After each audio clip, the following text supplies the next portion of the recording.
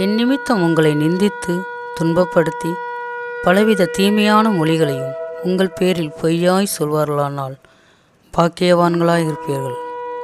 உங்கள் மேலே சொல்லப்படும் நிந்தையான வார்த்தைகளை கவனித்து பாருங்கள்.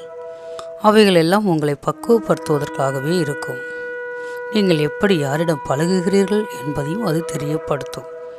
மாத்திரமல்ல, உங்கள் பலவீனம் என்னவென்றும் அது உங்களுக்கு தெரியப்படுத்தும்.